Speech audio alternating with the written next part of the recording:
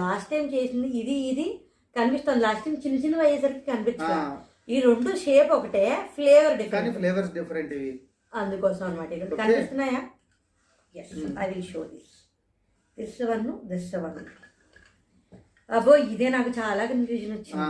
ఇది cream biscuit. ఇది cream biscuits లో చాక్లెట్ ఫ్లేవర్ ఒకటి ఉంది, అబ్బో ఇది క్రీమ్ ఫ్లేవర్ ఇంకొకటి, ఆరెంజ్ ఫ్లేవర్. నేను ఒకటి కలిపేసాను. ఇది తప్పు. This is not valid. సరే దీన్ని తీసేద్దాం.